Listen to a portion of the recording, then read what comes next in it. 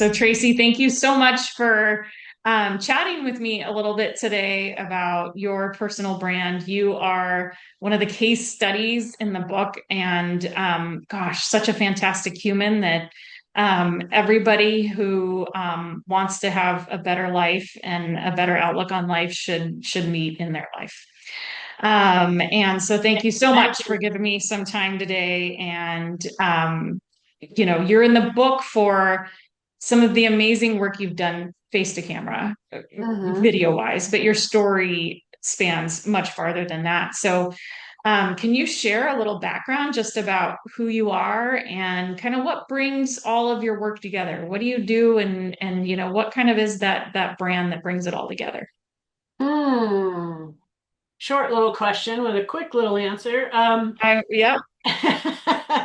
So, uh, right. So, Tracy Fauver, social worker through and through, head to toe. And so my background is in social work, and back when I started as an undergraduate in Washington, D.C., I was immediately attracted to the idea of volunteering and volunteering for, the homeless or unsheltered population. And so I did that in college and for many years post college. And while I was getting my master's in social work, and I had a shift in 2011 where I left the position I was in Davis and went to CASA because children were also a big part of, um, a big part of my heart, big part of my motivation in being a social worker. And, why did I become a social worker? It boils down to, um, recognizing at a very young age my privilege before we even called it privilege, before there was even really language around that. I realized how lucky I was being born in the United States, being born in the family I was born into, and that because of that I had advantages that a lot of other people in the world didn't have.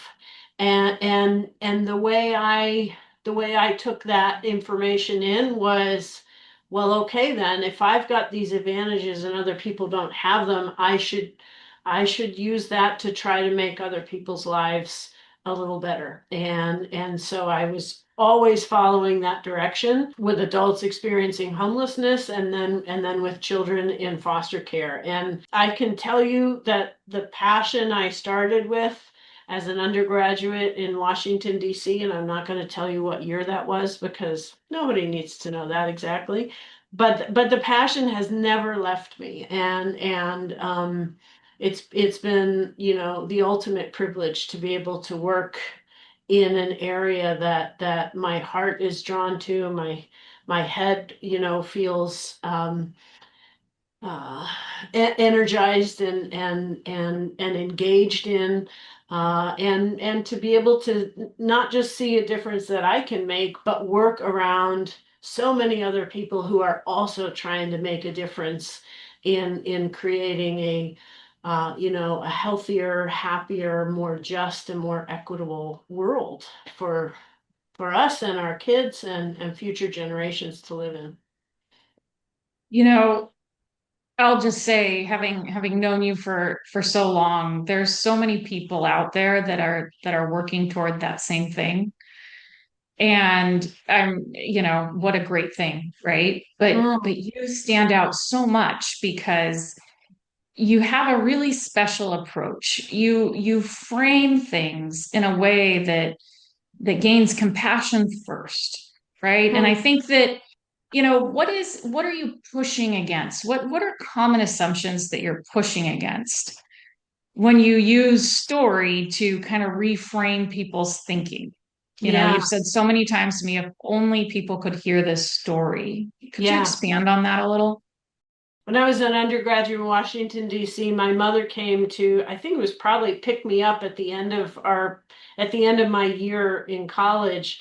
And Mhm. we were going to be, driving back to Ohio the next morning. And I said, Mom, we're going to go volunteer at this shelter that I've been volunteering in all year. And you get to come with me and we're going to do this overnight thing. She was, I mean, I can't even tell you how nervous she was. This was so far outside the realm of anything she'd ever done before. It didn't matter to me because I loved it and I couldn't wait to share it with her. And so I think what that highlights is like, for whatever reason, I can't exactly tell you, I jumped into this and I have had the most interesting experiences with the most interesting people. You know, one of my superpowers is hope, is optimism. And it's not because my life has always just been so rosy and lovely. And in many respects, it has been. But I have hope and optimism because I have walked alongside people that, during the worst days they've experienced in their life, and they've come out on the other side, um, sober, earning an income, housed, raising kids, through high school and beyond, and finding happiness in their lives again. And I've seen it happen, and I've been able to walk alongside and coach and support and encourage folks as they're making those changes. That's what I think I bring to the table, Yeah. is that I've seen it. I've helped people. I've walked them through that process, and I've seen my colleagues and staff doing the same thing day in and day in and day out. On an individual level, I know what people are capable of, and I know how to help them find resources when they're ready for them. But I also see how systems can really tear people down, and how systems aren't always focused on what I think the highest priorities should be. And so that also energizes me, because it's like, if I can share a story that highlights how a system is not helping someone live their best life, or reach their potential, then maybe I can get some traction around improving those systems. And the longer I've been in this field, the more that becomes what energizes me. And it really all goes back to this reframing, that you just mentioned that you do so well. It's this concept, of we get it all wrong. You say this so Mm, well through your storytelling. We get it all wrong. We think that people in these populations that you serve through your profession should be inspired by someone or something else. But it's mm, us that need to be inspired by them, right? absolutely. Absolutely. And then there's this compassion, and once people have compassion, communities are formed, right? And communities are what help everybody rise together. And so, Yeah. you have done such a great job, and this is something that you and I have done a lot together, with video, with just getting on camera and saying the thing. Hmm. And walk me through a little bit, like what that's like for you. I mean, from the very first time you made a video to now, just like, you're kind of like, okay, let's go, right? What is that experience like for you? And not only what is that experience like, but where do you see value in it? What does that tend to bring back to you or the people you serve? I don't want to give the impression that being on camera and making video has ever been something I'm really happy to do or comfortable with. And I think you know that. But if it serves a bigger goal, and I know that I can articulate what that goal is, and why, then of course I'm going to do it. There's video of me out there, wearing pajamas on a motorcycle, like it's nothing, because It served the purpose it needed to serve, catching people's attention and bringing and bringing awareness to a way to help children in foster care.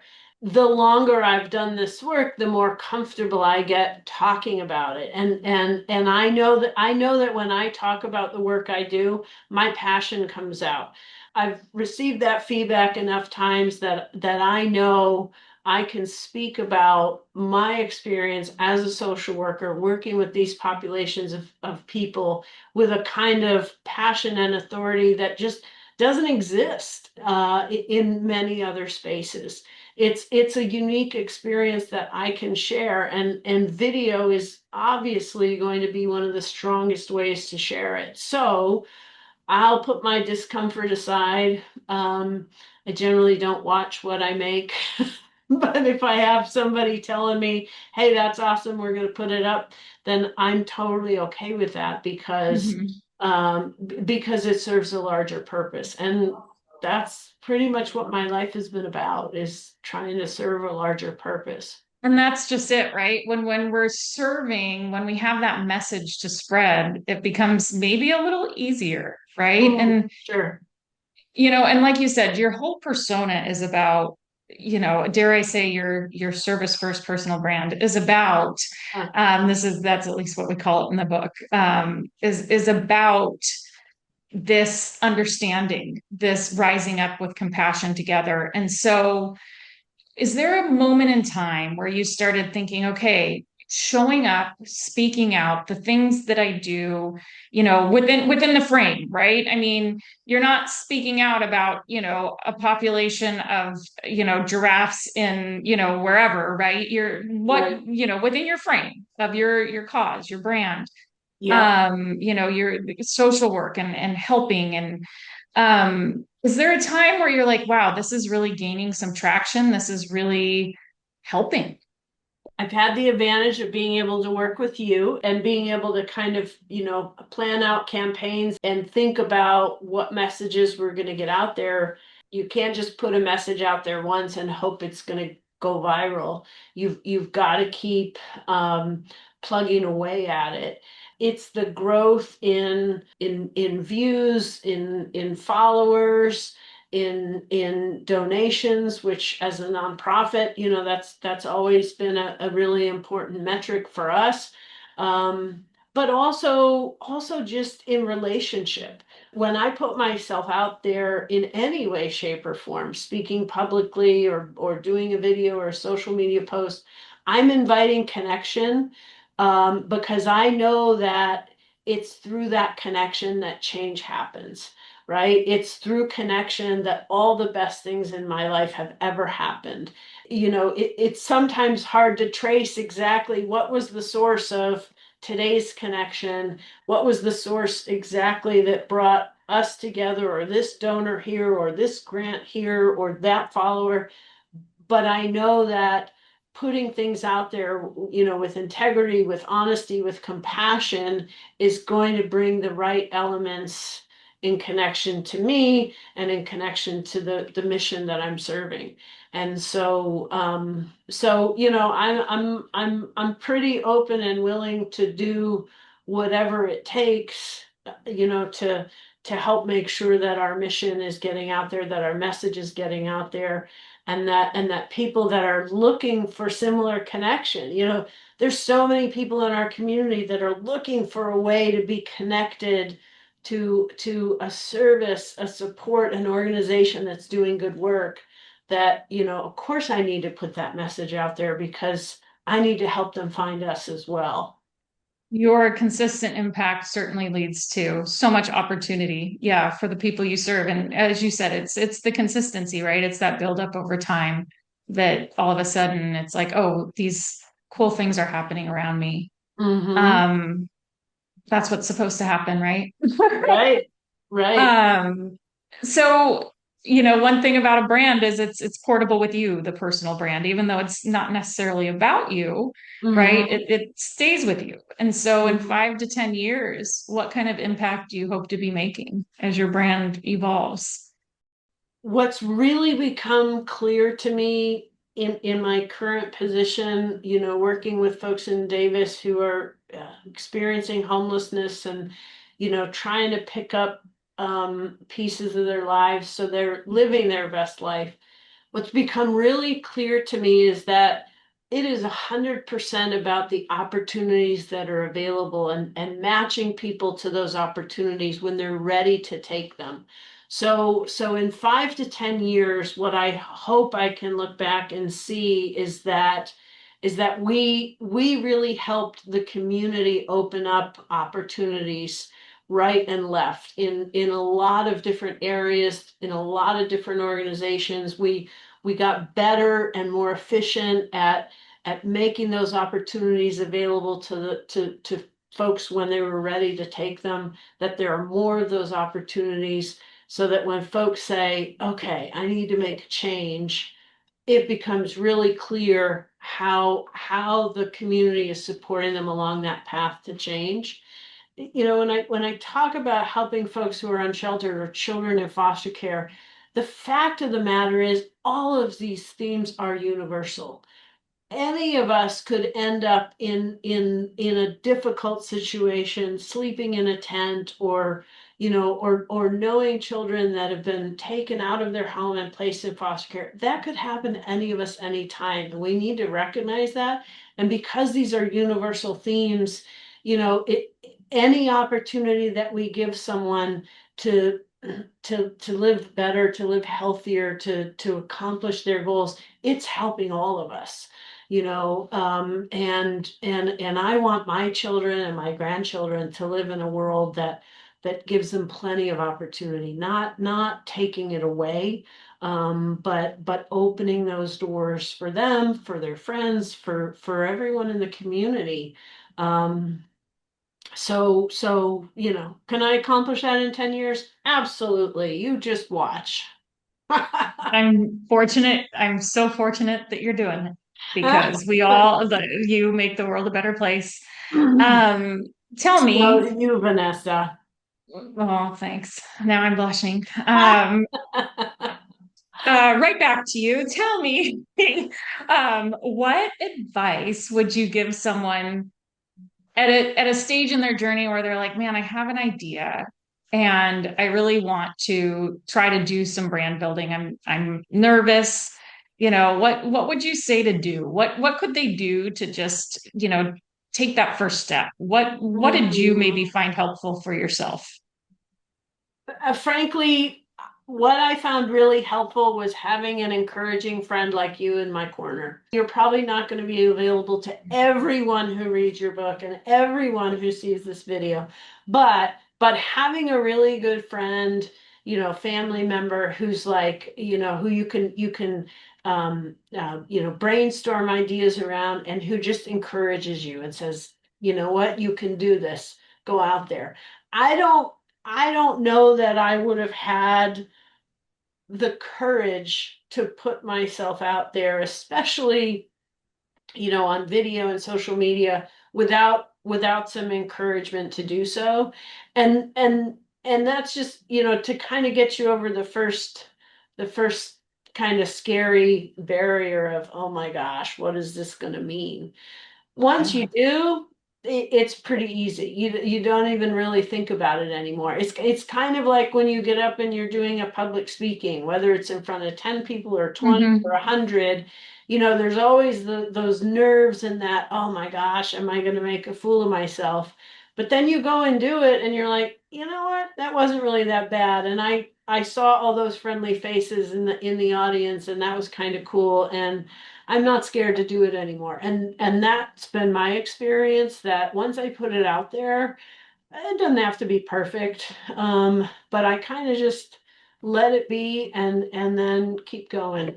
But it always helps to have somebody in your corner like you who's encouraging and believes in you and sees that you can do it. And that's what we do here for folks that are trying to get a job, trying to get an income, trying to get a house again. It's like, you know what? We're in your corner. We believe in you. You can do this. We all need that. Oh, your brand is so magical. Yeah, it is the Tracy Fauver effect. um, I want to highlight something about what you just said too, because we think the internet is this big, scary place, right? And, life is a scary place, but yet we think Right, through how we're going to show up each day, each week. And one thing that, I think maybe we forget about the internet is you're not the first few times you put yourself out there, it's not going to reach millions of people, but it right, will reach some of the people that care the most about you.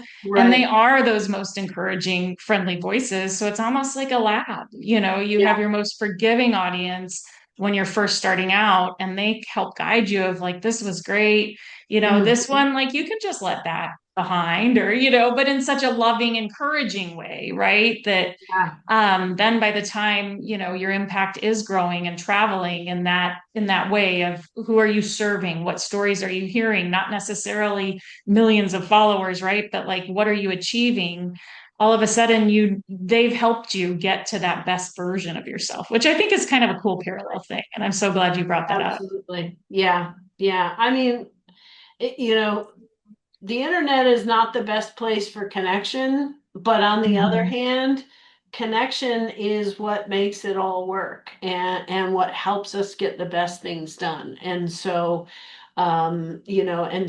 it is a medium that would I prefer to be face to face? 100% every day of the week. But it's an opportunity for me to connect so that maybe down the road, I get some of that face to face. That's always my goal. And we can't let the opportunity to reach more people more easily, you know, just because Yeah. it's not our preferred method. Um, we're lucky to have it as one of the tools in our toolbox. Geez, so many incredible nuggets. Tracy, thank you so much. Is there anything that we didn't cover through my very short and easy questions that you want to talk about, or do you feel like we hit on it? Well, I kind of wish we could turn the tables and I could interview the amazing Vanessa Ericardi and why the information that you put out there is so incredibly helpful. So I hope that at least this little snippet will also go into the final product. But no, I appreciate your incredibly insightful questions and the opportunity to share me and my brand, but also to help support you and yours because your work is incredibly important too. And we're so lucky to be a team. Thank you. I love being on your team. And one thing that you brought up is, me and my growth, right? And I actually start the introduction on my book saying, I went into marketing because I like being behind the camera. I like helping other people grow. And I, like you too, like you said, stepping out first, like needing encouraging voices. I just think the majority of us are like that, right? And so Yeah, my true hope is that we all realize that there's another way to share and teach something, maybe even a bit bigger than ourselves, but that is the focus is about helping someone else with something we know, right? And to kind of reframe this yeah. idea of what is it to brand ourselves on the internet? Because I haven't ran into a single person or talked to a single person over the course of my career, maybe you have, that says, geez, I love going live and doing everything in Ooh, front of the camera, right? yeah, yeah, So, well, yeah. thank you so much, Tracy. I'm so grateful to have you in my life, and more importantly, I'm so grateful you're in the world and stepped out to share your message. Thank you. Thank you.